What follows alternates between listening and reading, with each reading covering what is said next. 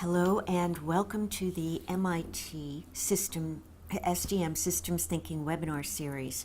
My name is Lois Slavin. I'm SDM's Communications Director and convener of the series, and I will be your host for today. Before we start, I would just like to tell you a little bit about MIT's System Design and Management program.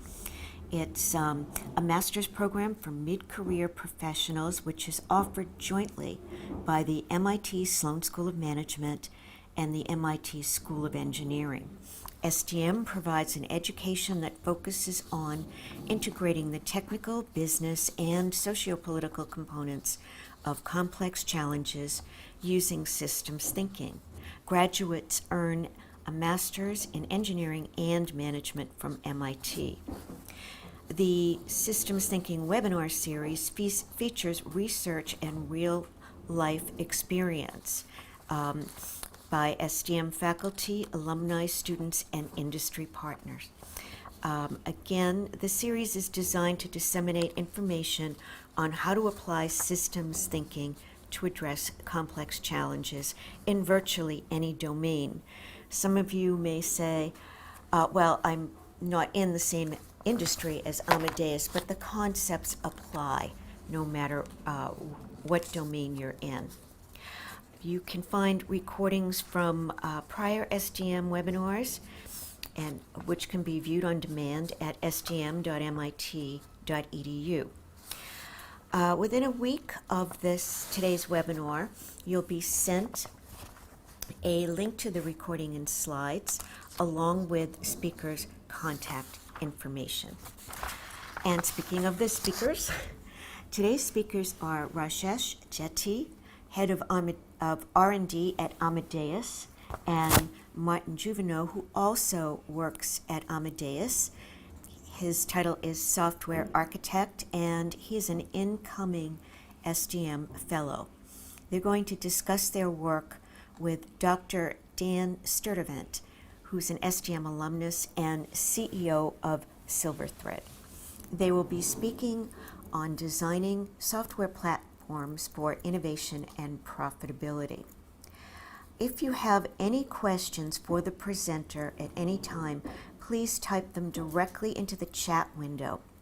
They will be read aloud during the Q&A session. And with that, I'll turn it over to our speakers. Thank you, Lois. My name is Rashesh Jetty. I am the head of R&D for Americas at Amadeus. And over the next few minutes, we'll give you a quick introduction into Amadeus, our business, the complexity and the technological challenges that we face in the business that we run, and discuss two specific pilot projects that Martin on our team has been engaged in with Dan and the Silverthread team, and give you a perspective into how we've looked at software modularity and how we've looked at data-driven decision-making for some of our technology initiatives. So very quickly, Amadeus is a 30-year-old company. We were founded in 1987 by a consortium of 4 European airlines. We are celebrating our 30th birthday this year. We are headquartered in Madrid in Spain. And to give you an idea of the scale at which we operate, we do business in 195 countries, which is almost all the countries in the world.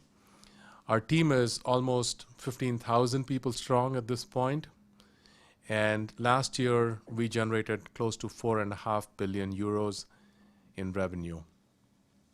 We're also listed among the world's top 10 software companies in the world. And this is the Forbes ranking from last year. We were also on the same list the year before that. And we are one of only 2 companies outside the United States to be on this list. What is it that we do? Well, we work with some of the biggest names in travel here in North America for sure, but frankly, around the world. Our customers are airlines, travel agencies, hotel companies, rail operators, airlines, airports, ground handlers, tour operators, cruise companies, insurance providers to the travel business, and so on. We distribute airline inventory from over 700 airlines worldwide. And this inventory is available to book travel by over 90,000 travel agencies. These include corporate travel agencies, these include leisure travel agencies, and include some of the best known names in online travel and meta search. Through our platform, a travel distribution platform, we make available inventory from those 700 plus airlines, as well as over 500,000 hotel rooms and rental cars and rail, etc. We also have an IT solutions business where we build specific solutions to the same providers in travel. We have a set of departure control, flight management, and customer management solutions for airlines, of which we have over 170 airlines that trust Amadeus to provide some of these critical systems. We have reservation systems for the hotel business. We have payment solutions for the travel industry. And all of this is essentially supported by a very strong investment in research and development. We are the leading provider of technology to the travel industry. We have 20 research and development centers worldwide, and we continuously invest in research and development. We are recognized by the European Union as one of the largest R&D providers and contributors in Europe and in our industry, and we've invested over 4 billion euros over the last 10 years. To give you an idea of the complexity and the scale at which we operate, it may be useful to do a very quick flyby through the history of the last 30 years and how our systems have been built and how we operate today. So when we got started in 1987, as with a lot of companies that had to operate in a mission-critical, high-scale environment, a lot of our core platforms were built using mainframe computers. With the advent of the desktop computer, we built client-server software on top of these core systems to allow for easy access to a variety of the users that we had. With the advent of the internet, we introduced our first set of application programming interfaces, or APIs, to allow the very, very nascent but fast-growing online travel community to be able to perform the same functions that were up until that point performed mostly by dedicated and specialized travel agents with specialized equipment. And then about 10 years ago, when the iPhone entered our lives, as Steve Jobs said, it really did change everything. What that meant is all of us as consumers had access to information at our fingertips wherever we were. And what we saw, along with several of you in the industry, I'm sure, is an explosion in the volume of traffic that we were handling. Anytime any of us had a spare moment or two, we would take our phones out and check the right flight or the deals for the hotels for our next vacation. And what that has meant is over the last 10 years, we have seen the quantity of traffic that we handle go up by more than 10 times.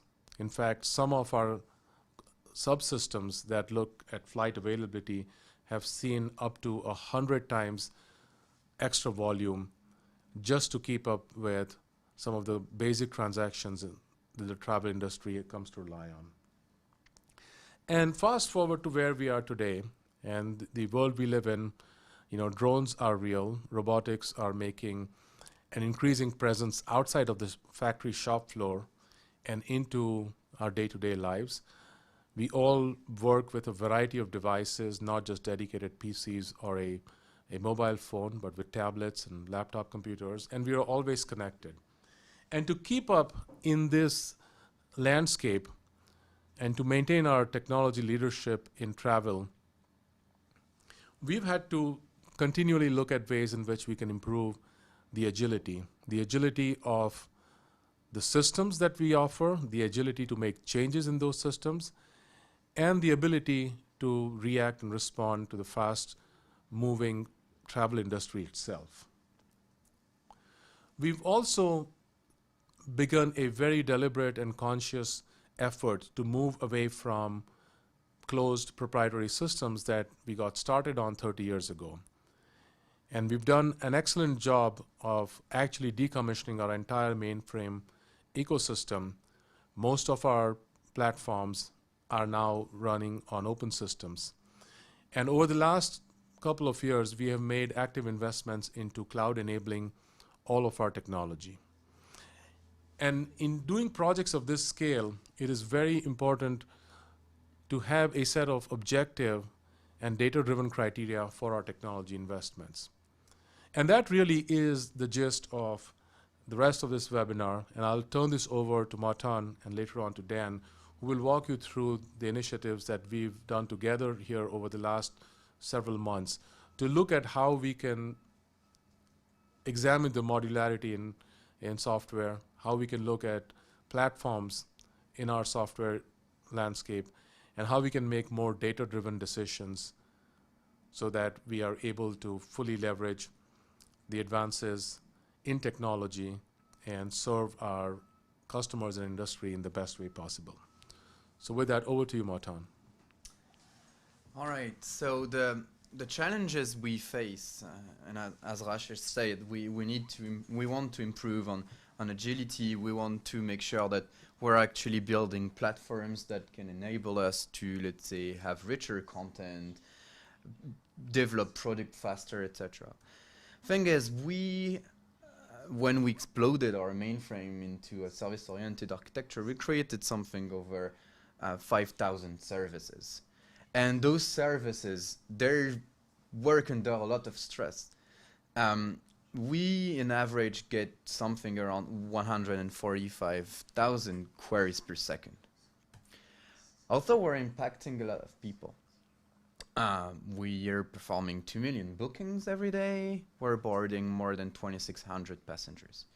So we need to find a rather scientific approach to the way we want to invest on the platform, the way we want to conduct refactoring, the way we want to deal with eventual technical debt. And this is the project that were started with Dan, and I'm going to turn it over to you. Sure. Yeah, so one of the things these guys have been talking about is 30 years of history developing software on all variety of devices as the history of the computer has evolved. But the software is now developed by many thousands, 5,000 or 6,000 people currently. And the thing about software, unlike many of the other things that humans have figured out to create, is that if you do it right, every single piece of software is different. Every single piece of software is different. It's unique. If it's not, then you haven't achieved reuse. So it's one of the most complex things we've ever figured out how to make, just because of the sheer volume of sort of voices in the conversation that are all interconnected in ways that people may not be able to appreciate or understand. A useful metaphor is that software development is community poetry writing at massive scale. Another challenge that the software industry faces is that these code bases, they grow over time, right? If you look at Google as an example of a company that might be at similar scale here, their 25,000 engineers commit 15 million lines of code a day. That's the equivalent of writing Linux, the Linux operating system, every single day. And the other challenge is that most of this code never dies, right? It becomes legacy code. There are many more lines of code committed every day than there are lines of code deleted. So over the decades, these bodies of code will grow and grow and grow. Maybe a century from now, it'll be something that we couldn't even fathom. But it's extremely hard for developers to keep up with the understanding that they need to have within these complex systems. There's a third challenge that Amadeus faces.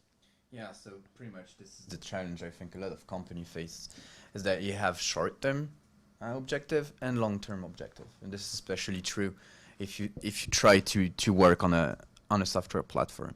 So on one side, for your short-term objectives, you need to enhance existing solution, you need to build new products, you need to sign new contract, you need to grow, you need to do all those kind of things that are going to make your shareholders happy.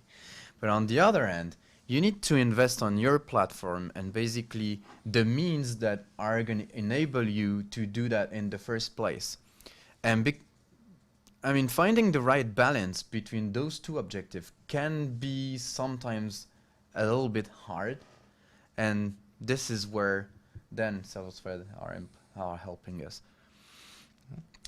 So, let's think about some of the other challenges in software, especially large-scale software. This is a picture of the Apollo 11 lander, and then also a picture of the software that was written to control it. Right. So, when we think about the large electromechanical systems that we create, or the large structures that we create as human beings, 60% of the human brain mass evolved to process three-dimensional information so that we can see it, so we can understand it, so we can interact with our world. We didn't evolve to understand software, so that 60% of our brain gets thrown out the window. When you look at the software code base, sort of on the right in this picture, it's strung together with a variety of interdependencies that are invisible, impossible to see, and when you think about the dimensionality of it, it's either non-dimensional or it might have 127 dimensions.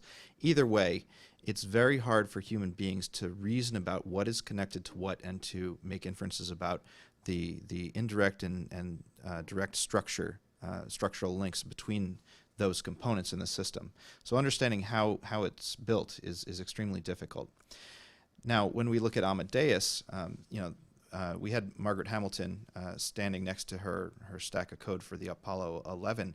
When we look at the volume of code in Amadeus today, it's 1,500 times the size of that code that was in the Apollo 11 machine. So if you printed out all of that code in the same way that we had in the picture, that stack of paper would stand 1.5 miles or 2.4 kilometers high.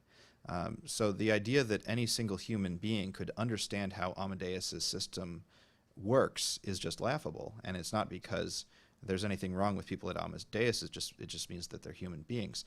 So one of the fundamental problems with modern engineering systems that we create is how, as a large enterprise, do you build a system that can function even though none of the developers that work on it really understand how it works, right? That's the challenge of modern engineering in our large-scale complex systems. And as a result, it shouldn't surprise us. These are some statistics on how successful large-scale projects are. It's very hard for all the reasons we just went through. This is a study that found that around 6 or 7% of large-scale projects were successful if success is defined as, on time, within budget, and delivering the functionality they set out to deliver. 50% of the projects were challenged on at least one of those fronts, and around 40% of projects are just failures. They are abandoned, started again from scratch, or just left alone. Also, the projects that do make it into the real world, it seems like there's a daily news cycle where we learn about some new software failure out there. We've got Toyota brakes, and we've got the market crashing, not because of anything to do with the market, but because of computer glitches in the market. And I don't mean to pick on the stock market or Toyota. It's not them. It's all of us. It's everyone building large-scale software systems. We all run this risk.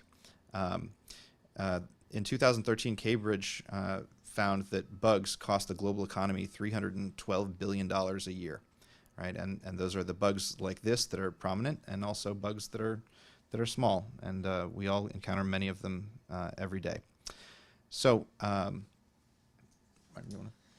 So pretty much, with that in mind, with all the complexity and everything around, what we started to do with Salesforce is acting on two axes. So the first one is, let's say, more oriented toward the software engineers and software leaders, which is helping them understand how their components work, how their platform is organized, so that when you take decisions on what to touch, where to refactor, you're actually confident and you have a good understanding of, let's say, the functioning of that thing as a whole. And the second axis is pretty much bridging the gap between the engineers and the business people. Mm-hmm.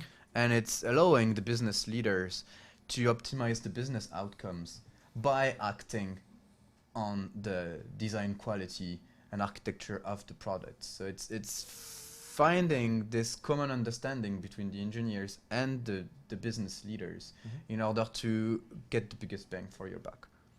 And the key word here is communication and collaboration between those two separate entities of the enterprises.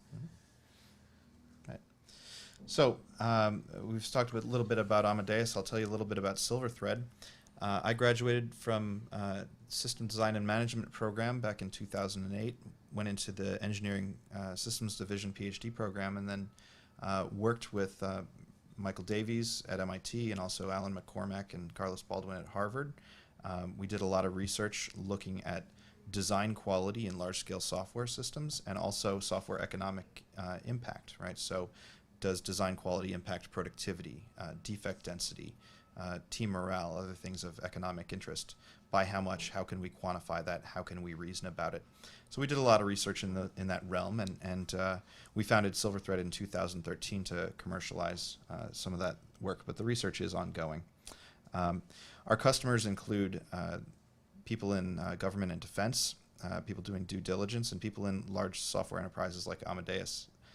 Focus actually is on design quality measures, right? How do you look at a complex software system and measure modularity, hierarchy, whether it's layered, APIs, whether it has reuse, or whether those things have all broken down and your system's turned into a giant furball, right? Also look at traditional code quality measures that have an economic impact that we can assess statistically, and also using software economics frameworks to help people make decisions. And these are the key questions that people often ask us, right? We're doing a lot of work with the Department of Defense right now, and often people, when they're trying to assess their 50-year-old system, will wonder how complex is it, right? Where are there tumors within it, right? Where has design quality broken down? Where will they struggle with a cloud transition or a platform transition or rehosting? Is architectural integrity inside a code base getting better or worse, right? How does it compare with others? Importantly, what's the difference between the system that I think I have, the system that's documented, and the system that's actually there? Because often there's a big difference. We see it all the time, 80% of the time, in fact, there's a difference. And then ultimately, how does this impact the organization, and what should we do about it? Where should we invest in high priority improvements? Should we refactor, redesign, or continue with maintenance? And how do we capture that business case so that people can come to some kind of agreement about it? So we've been building some tools, and we've been working using this platform with Amadeus to help people reason from an architectural standpoint, from a technology standpoint, as well as a business leader, say the perspective of a CFO. You want to make decisions about Gantt charts and project schedules and financial investments. Building platforms so that people like the Air Force can install this in their organizations and doing some consulting. So that's what we're doing here today. Now, these are the two projects that we've been working on with Amadeus. One we described about looking at the architecture of their complex system, their code base, and reasoning about its structure and helping them gain visibility into it from an engineering perspective. And then a second pilot is to reason about what's the ROI of different types of continuous improvement initiatives that they could fund, so that we can reason about whether they'll have a payoff, and use that to decide which ones to do. So let's jump into the first case, right? So this is about helping engineers understand design quality in their systems, right? So let's talk about what we mean by design quality. In a large-scale system, in software, we can take the system, we can partition it by using things like platforms, by making it modular, by having reuse, by structuring your system as a hierarchy of modules, and also thinking about the quality of individual components. And we don't build our software systems this way for the benefit of the computer. We do this for ourselves as human beings. Again, we just saw the picture of the size and scale of Amadeus's code base. If it was one big monolith, there's no way that a single human being with an IQ that's 100 would be able to cope with all of that complexity. And so we partition our system in these ways, and we structure them in these ways so that we can effectively treat that massive system as a collection of smaller ones that we can actually reason about. And so when you have good design quality in your system, Developers can understand their code, or at least stand a chance. Teams can communicate effectively about that code, and the system can scale and evolve over time. For example, if you have a modular system, it means that I can swap individual components in and out when I don't like them, instead of having to throw away the entire system all at once and restart from scratch. So all of these properties are benefiting the humans and the organizations that develop their large-scale systems. Now, how do we reason about these properties that we care about? In hardware, it's a little easier to visualize, so we're going to start there, right? So our Apollo 11 lander, let's think about that as a Mr. Potato Head, right? Your Mr. Potato Head, you could think of as a platform, right? You take lots of different plugins and you plug them into Mr. Potato Head. You might have mouths or eyes, you might have ears, and as long as your platform is designed well, and then you can move those different parts into different places, and you can compose a different system out of those different plugins, right? So you can have Mr. Potato Heads that look very different from each other, all assembled from the same parts. Now, this relies on the platform developer creating a standard, which is that all of those holes are going to be the same shape and the same size. And if that standard gets violated, all of a sudden the options that you have in your Mr. Potato Head kind of go out the window, and you've got to start over again. Also, you could think of this as a hierarchical system, right? I've got a nose that plugs into the platform, which then plugs into the feet, right? And there's a top-down hierarchical control to it. We can also reason about modularity and reuse. An example is the Legos. These are composable, right? I can take Legos, and because there are standards around how big the nubs are, that they'll all be rectangular, I can plug them all together in a variety of different ways that allow me to make a race car or a house, for instance. And as long as everyone obeys those standards within those modular elements, then that's okay. But if modularity breaks down, if one team starts making nubs that are too big, or it's not quite rectangular, then again, all your options go away, and you've got a big rat's nest of a design. Also, reuse, right? If you design all your standards well, then I could take my Lego, take it off the car, and put it on the house, and it'll work just fine. Now, in software, it's harder to reason about these things. How do we think about design quality in code? Now, one of the natural ways to try to do that is to think in terms of networks, right? I've got entities within a code base, and I've got relationships between those entities. But the problem with drawing out a traditional network diagram is that it's really hard to interpret what they mean. So let me introduce some new notation for you. This is a design structure matrix notation for visualizing a network. Now, if you look in the upper left-hand side of this diagram, you see 4 software components. You see D depends on C, C depends on A, and C depends on B. In the lower left, we have indirect links. It shows that D depends on A indirectly through C. And that's really important because team A could do something that breaks D through C, and it might not be recognized. It might not be recognized because those teams don't communicate with each other very often. So those bugs are going to be found late, they're going to be fixed late, and they're going to cost more. Now, if we look over on the right, we're seeing a square matrix notation that represents identical information to what you see on the left. If you see the dots at position C, A in the matrix, it means there's a dependency from C to A. Also, you see C, B, and you see D, C. Now, another thing that's important to note is that if you look at all these dots, they're all below the diagonal. I was able to draw this picture with all of those dots below the diagonal because this is a hierarchical system. It means that all of the arrows flow in one direction from top to bottom. And remember, hierarchy is one of those properties that we described as important from a design quality perspective. You want to have your system be a hierarchy of components. Let's go on to the next slide to describe a few more properties of design quality and how we can visualize it in this way. Now, what we've done here is we've blown out our system to look at many different components or modules within a system. If you arrange all of the files in this system so that all of the files are within the same subsystem positionally next to each other, for instance, if you look at all the files in B, they're next to each other, then what you see along the diagonal is you see a box where you see high degrees of internal cohesion within that box and low external coupling outside that box. This is one of the concepts that underpins modularity, right? So we can see it here in the modules that go across the diagonal. Also, reuse, right? If you look at A is a reusable component. If this is a C program, then that's printf, right? It is used by many other things, but it does not use many other things. Also, you see a control layer, F. That's main.c. In addition, we see that there are hierarchical dependencies between the components, but all those hierarchical dependencies are below the diagonal. That means that the circularity of dependencies is contained inside a module because that's very complex. You want it dealt with by an individual or a team. And interdependencies between those teams are hierarchical, so it's clear which teams depend upon which other teams.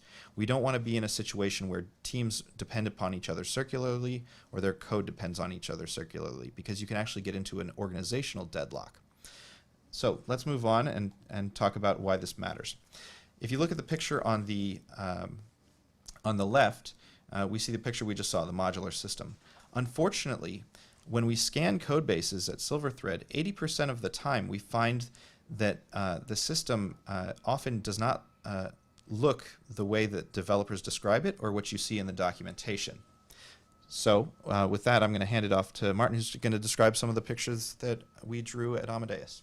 So this is, yeah, indeed the first thing we did.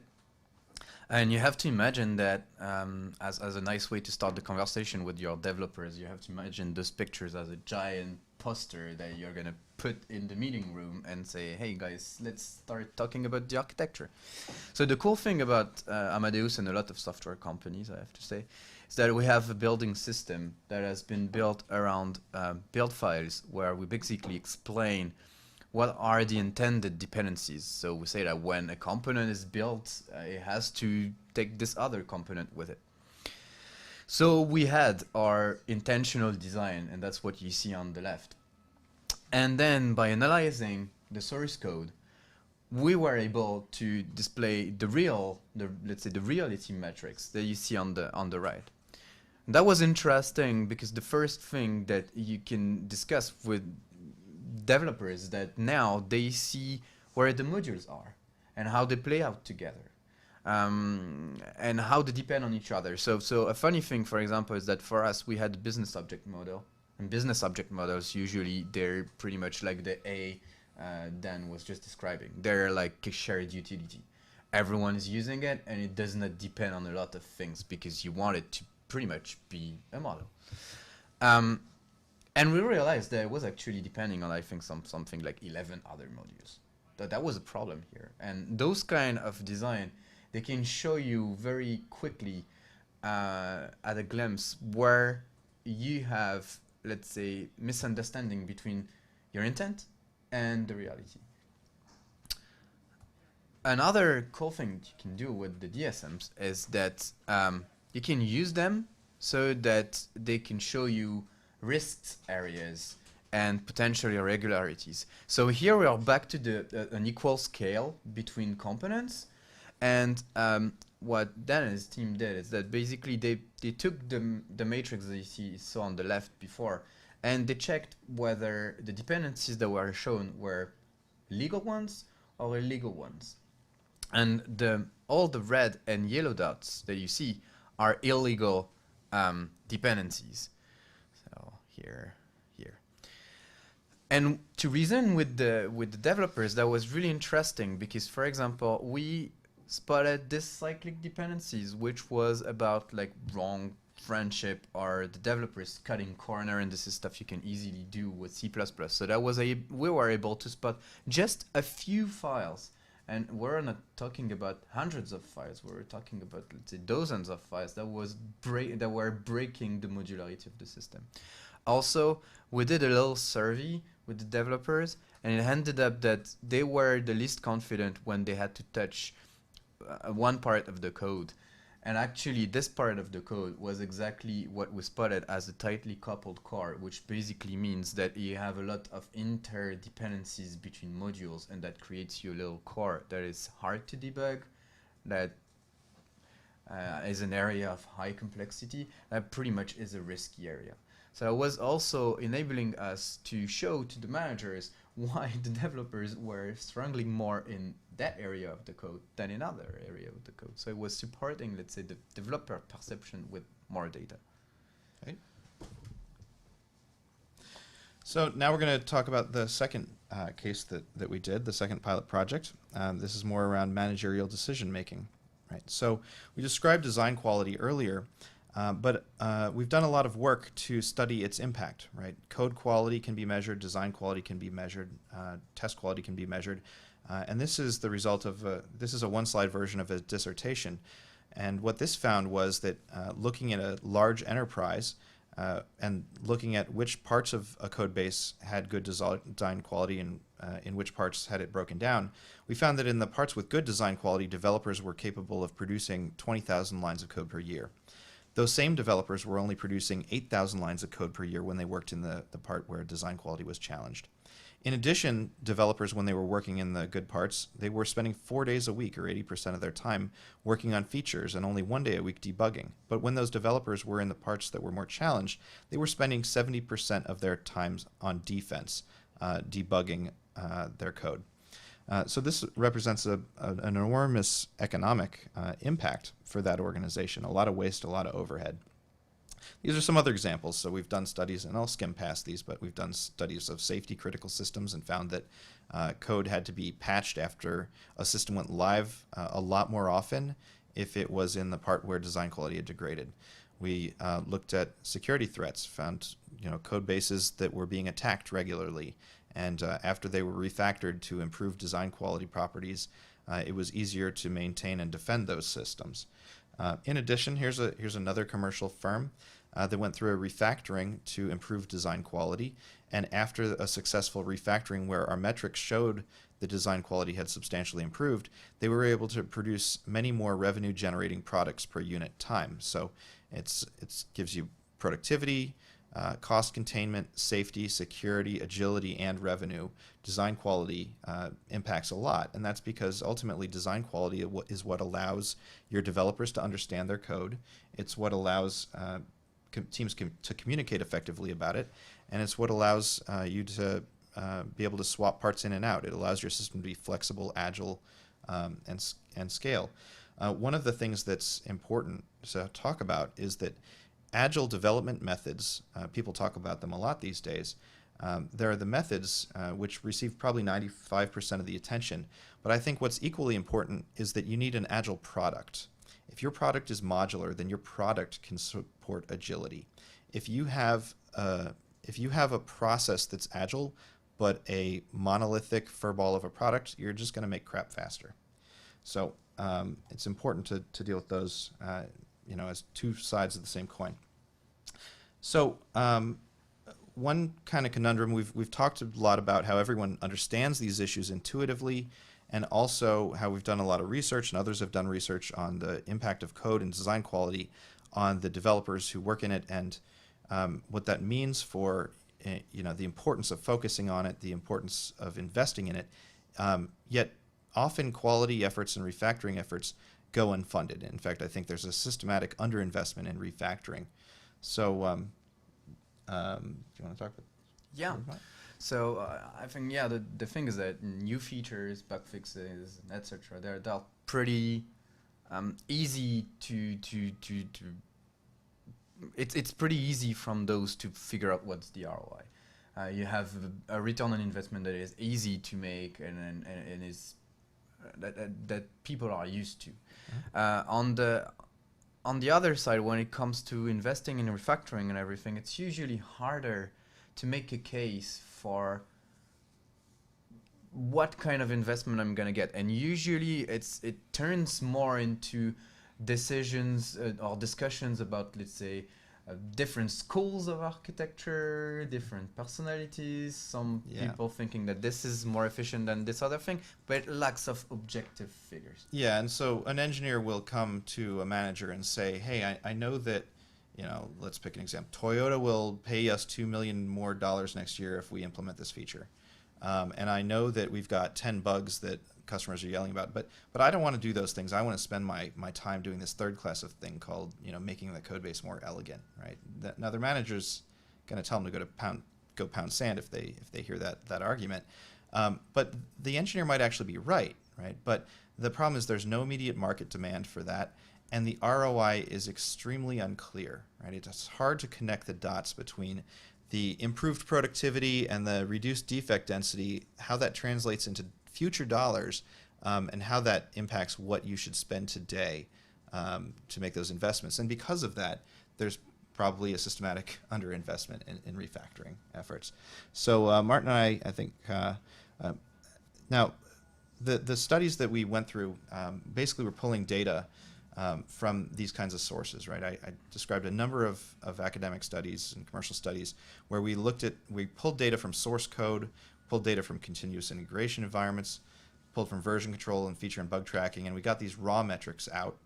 And then ultimately bubbled that up to get tables that we could run statistical models on. So we're looking at predictors like code quality, design quality, text quality, also a variety of controls that we would use about the system, and then use that to correlate with things that we actually care about, like defect density, developer productivity, morale, and so on, so that we can do those studies that we described earlier. I'm just going to fly past this. Here's an example statistical table. But ultimately, here's the question, right? How do you win over that CFO, right? How do you take this information that we can get out of these statistical models and actually win over a CFO to make them see the light and decide to invest in your continuous improvement effort? Okay, so that's basically what we did in the second case study with Dan, and I have to say we're pretty lucky in Amadeus because we have CFOs that can listen to us. But let's take the example of one of, let's say, the various refactoring initiatives that we use to predict the ROI. So let's use the test coverage because I think it's going to speak to everyone. So test coverage, to remind everyone, is just you're writing software, it has lines of code, and pretty much you want to check if those lines of code are tested. And the test coverage is a measure to verify how much percentage of your lines of code are actually run through by a little piece of code that we call a unit test. So everyone pretty much agrees that the more unit tests you have and the more coverage you have, the less risk you're going to have. And if you find bugs early, they're going to be less costly to fix than a bug you find in production system, for example. Now, with everyone knowing that, it's not always obvious to get the money to actually fix that because of what we were talking before, because it's you might have other projects, you might have deadlines, you might be pressured by something else, and basically you never have a chance to improve your test coverage. So the first step is to build that story to say, hey, I'm gonna need this amount of time, but ultimately I can guarantee you that it's gonna pay off. And now, if you start addressing your CFO with a story like that, it's going to start listening to you. The second point is to actually get data to back up your story. So that's what Dan was saying, but basically in the Amadeus study, we extracted data from the source code, from the testing framework, so our continuous integration system, from the version control, from the issue tracking, and we were able to create this data set of defect density, complexity of code, number of lines of code touched for the features versus number of lines of code touched for the defects, etc. And with that, we looked at the correlation between those different variables, and there was an obvious correlation an obvious negative correlation, for example, between the unit test coverage and the code created to fix bugs. Mm-hmm. So from that, we set up regressions and we're able to build a prediction model. So CFO should still be listening to you now. Right? So we calibrate this model and we're doing a bunch of statistic stuff that probably your CFO doesn't want to hear about all that, so we'll skip this step. Yeah. And finally, you're going to use your prediction model to figure out now, if I'm pumping up my coverage to 90%, let's say, what do I expect in number of defects? And you're going to have a number of defects that normally should be fairly smaller than the one you have currently. And if you subtract it to the one you have currently, then you're going to get the gain in terms of defects.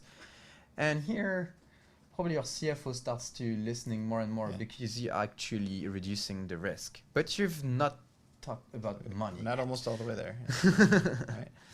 So to talk about money, you need to build cost models. So, and those are not gonna say they're easy to do, but you have data to do it. You know the productivity of your engineers. You know how much they cost per year. You know how much lines you're going to have to touch to improve this code coverage. And from them, you can build an estimated cost of what it's going to take to reach this 90% of code coverage.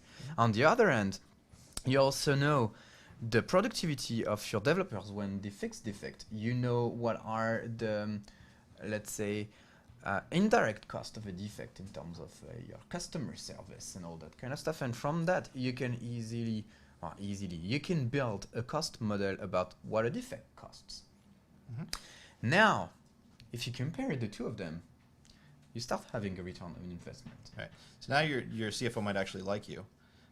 And if we go on to the next slide, this is the key to getting them to even respect you, right? So, we can use finance equations, net present value equations, to compare the future value streams that you derive from that productivity increase and the defect density decrease that you'll get over time as a result of this refactoring effort today, right? So we've got to compare the present value of this future value stream against the cost of doing a refactoring now, and then use these ROI equations to compute ROI and other things like time to pay off, right? So in this example, in this toy example, ROI was 279%, and that may be a hurdle or not for an organization, but the important point here is that CFOs every day make investments.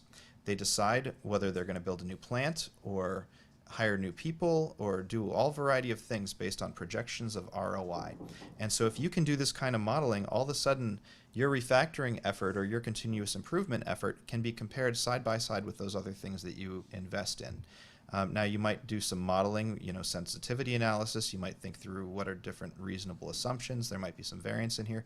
But at the end of the day, we're trying to put this in a language that they can understand and use to compare and trade off how money should be spent so that that money can be invested wisely. Now, it should be noted, that we actually did a few of these projects at Amadeus. We're not going to show you the numbers that came out, but we looked at test coverage. We looked at things like McCabe's cyclomatic complexity reductions and other kinds of initiatives that could be kicked off that would represent investments in continuous improvement of a code base to optimize long-term considerations versus short-term considerations. So I don't know, Martin, if you want to talk about. Yeah, I think I'm gonna to conclude as Dan say. Now you're comparing apple to apple, and that's way easier for everyone to have a discussion. No. So to conclude a little bit on the feedback and the lesson learned that we had in Amadeus and how this can play out in your company as well. So first of all, we presented those analyses to a different set of people. So first, developers, and it was obvious that it sparked architecture discussions. It helped them to figure out why they were struggling in that part of the software and thriving in another one. It also we also presented it to their technology leaders, and that is enabling a discussion between the developers and their leaders to understand, hey, is that development riskier than the one we did before? Can I be confident on the outcome of that thing? Actually, Mr. Whomever is not a bad developer, it's just that he's developing in an area of the code that is a little bit touchier than the rest. And finally, for the executives, so we presented those spreadsheets to, let's say, senior level management in Amadeus, and the big thing that came out of it is that people were actually pretty impressed with the ROI. they didn't necessarily expect it to be so high. But for the first time, they were able to reason together between, I don't know, your CFO and your CTO and your engineers. You're suddenly all talking the same language, which is ultimately money. Finally, and that's what we intend to do in Amadeus in the future, is using this kind of analysis as a cycle, not as a one-shot project, but basically using this approach as a way to continuously improve. And the good thing about data and data-driven decisions is that the more you do it, the better you're going to do it. So the more we have this refactoring initiatives, the more we're going to improve our cost models. The more we're going to learn other things. The more data we pull, the more correlations and the more prediction models we're going to be able to make. And ultimately, this is like a virtuous circle of refactoring and of controlled refactoring, which is going to be answering what Rashesh wanted in the first place, which is pretty much being more agile, going to the cloud, and making sure that every decision we take is backed from data. Great. So I think with that, we're ready to take questions. Okay, so this is Lois, everyone, again, and I am going to hand the Q&A over to Rashesh. We have many questions. We'll get to as many as we can within the next 10 minutes. Would you folks be interested in staying another 5 or 10 minutes to answer more questions, or do you need to? Absolutely. Yeah, okay, Sure. Yes. great. Absolutely. Thank you. So, Yeah, we'll try to get through as many questions as we can in the time that we have, of course. okay, it's all yours. All right, so let me go through some of the questions we have, and then we'll just decide Yeah. who's best positioned to answer the question. So I'm just going to go in chronological order. There's a couple of questions up front that talk about how many software bugs do we generate per year, how many do we resolve, what percentage of code do we no longer execute. I mean, the intent of this webinar is to essentially demonstrate how we are using what we consider fairly advanced thinking around system design, along with Dan and his company and the researchers here at MIT and their experience with very large distributed systems. So I'm going to stay away from actually talking about specifics around Amadeus code base. I can talk about, in terms of the percentage of code base that we no longer execute, which is frankly not that much. And then hopefully, Dan, you saw evidence of this even in the pilot studies that we did. And the simple reason for that is, we are moving to a very microservices-based architecture. And the reason we even have a project of this kind is to essentially understand, what parts of our code can benefit the most when we refactor. So which ones can we actually essentially break up into very, very smaller executable pieces of code that can be very easily invoked. And this is part of the larger strategy to move to a cloud computing environment, where we essentially want to abstract the software that runs from the underlying infrastructure that runs it. And to do that, you really need to have very efficient code in terms of both the execution of the code, in terms of the timing and the efficiency, but also the quality and also the fact that it's modular and can be easily invoked through APIs. So in our case, we've gone through a fairly long and very detailed process as we moved away from the older proprietary kind of closed mainframe systems, because we are running an open systems, Linux-based shop at this point. It was very essential that we went through and looked at our entire code base, and I'm happy that it's all behind us. So when I look at our current quality of our current code, I'd say very, very small percentage of that is in that category of no longer being executed. But there are some other interesting questions, and I'll turn them over to the two of you, Dan and Martin. There is a question around what's involved to create those DSM matrices for software code. So maybe Dan. Sure. So we have a product where we can extract dependencies and entities from a code base. So no matter what language you're dealing with, every code base can be thought of as entities, be they classes, files, functions, methods, and so on, or relationships. This one calls that one, or this one subclasses from that one, or this file contains that thing. And given basically technology that's the front end of a compiler or an interpreter, you can pull those kinds of things out extract them into a matrix, a sparse matrix, or into some kind of network algorithm, and then go from there. So we've got that inside our product, and we can certainly scan your code if you're interested.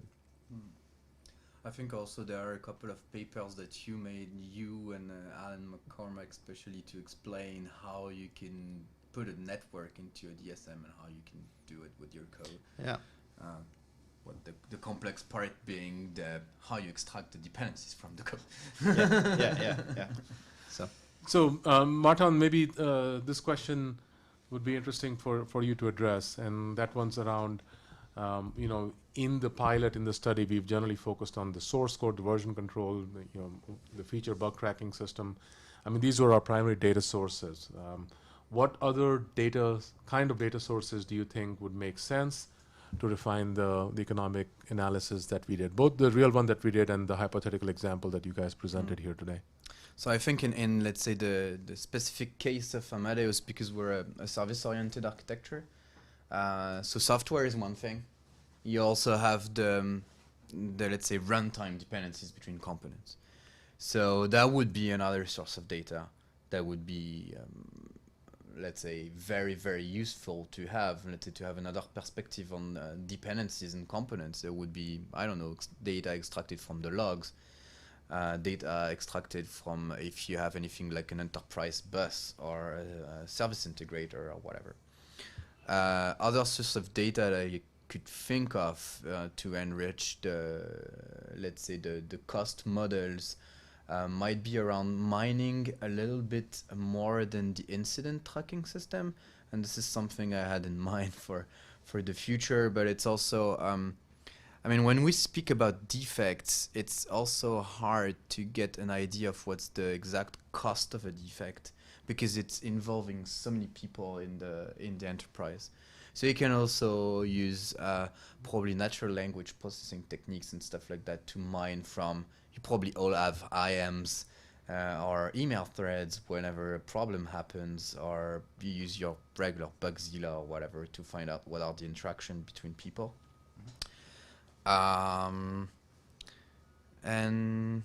yes, that's pretty much it. Then after you can also refine probably the models and not necessarily talking about lines of code, but more about let's say what value your software is producing, which is also like the tendencies that a lot of companies are using. But then it means that you have to understand exactly the value of each part of your software. I don't know, Dan, if you have like other source of data that you've used also with other companies. I mean, there's all sorts of things you can use. You can use social network information within the organization and figure out what's the relationship between the social structure or the organizational structure and the code base. There's all sorts of different things. You could even use that kind of information to figure out what the floor plan of your company should be within the building to optimize the communication channels, right? So there's all a variety of things. Data driven all the way. Yeah, absolutely. So. So just to stay with that theme for a couple more minutes, one of the questions is, on the software economics, the cost models are pretty basic.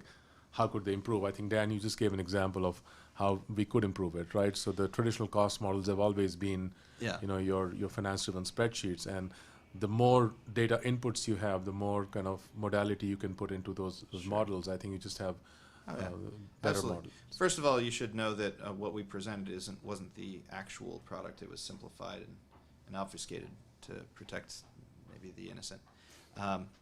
Thank you. And so we did a fair amount more work than what was shown in the presentation today.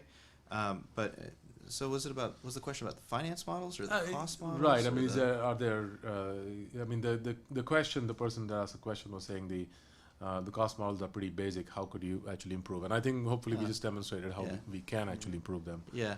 So what we've done here and in other places is, you've got regressions that of all different kinds that allow you to build models around how productive are people when they are fixing bugs? How productive are they when they are implementing features? How many bugs are there under different conditions? How many of those bugs are critical or have different levels of severity? Or maybe have a customer impact, because if there's a customer impact, then there's not just the cost of fixing the bug, but then there's the downstream impact. And in our tools, we have little dials you can turn. If it's a nuclear plant control code base, then you're going to have that risk go sky high. And if it's a cell phone app, it's going to go down to nothing. You can also think about a variety of other things like what's the value of optionality in your architecture, and how do you place a financial value on that flexibility. So there are a variety of things that you could do to build out a model of the relationship between design quality, code quality, and software economics. But ultimately, you're going to want to kind of hone that in so that it's appropriate minimally for the types of questions that you want to ask. So we've done that in a variety of contexts, and maybe you appreciate that the one we presented today is sort of touching the tip of the iceberg. Thanks. There's a series of questions. I'm going to try and see if I can synthesize them to one or two questions, and that's around testing. And there's a philosophical statement by, I think this is Edgar Dijkstra, that talked about testing showing the presence, not the absence of bugs. There's also a related question around the relationship between bugs and vulnerability to cyber actions, both internal as well as external, intentional or accidental.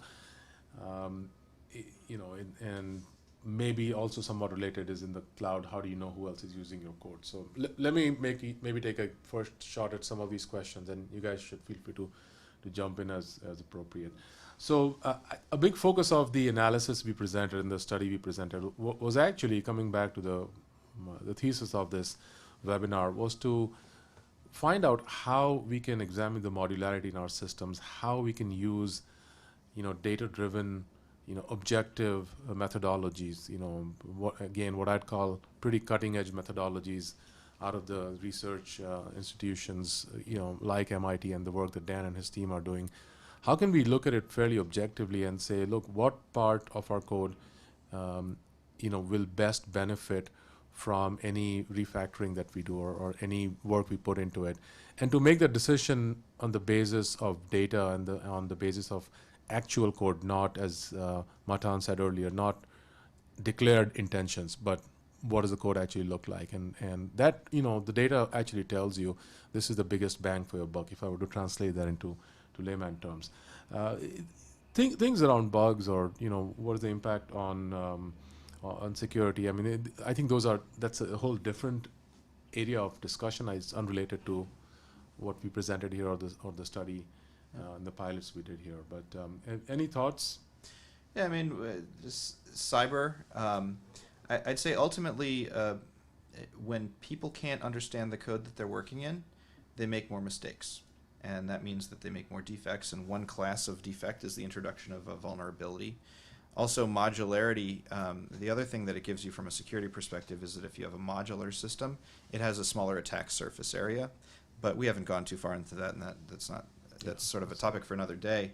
There were some other questions around bugs, like I think one was a more philosophical statement. Do you agree with it or not? So, the absence of bugs proving the absence, or the... I mean, no, I completely agree that testing is it's showing that some bugs do not happen. Does not mean that you don't have any bugs, but I think it has been fairly shown that if you don't test, you're in trouble. Yeah.